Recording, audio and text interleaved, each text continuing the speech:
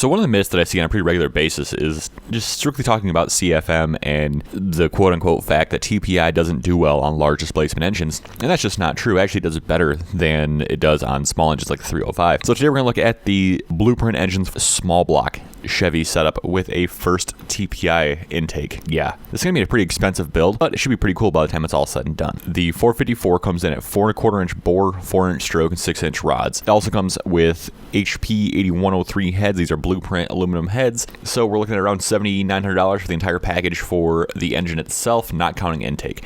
The intake's going to run another, $1,200 for the first.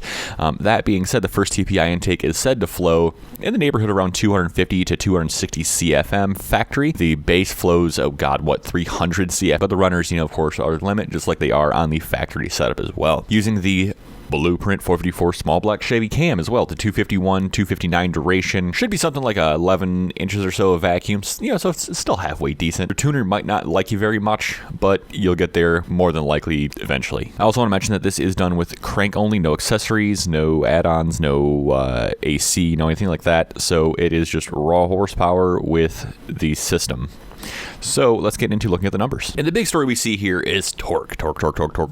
So a whole 590 foot-pounds of torque possible on this rig. Now, mind you, that's not discounting the 367 foot-pounds of torque at 2,500 RPM. That'd be totally fine too. See, what I find cool about this is it actually kind of shows about what is possible with the TPI system. Yeah, it might not be the most normal thing. It might be super expensive. The first is going to be expensive. The 454 is going to be very expensive.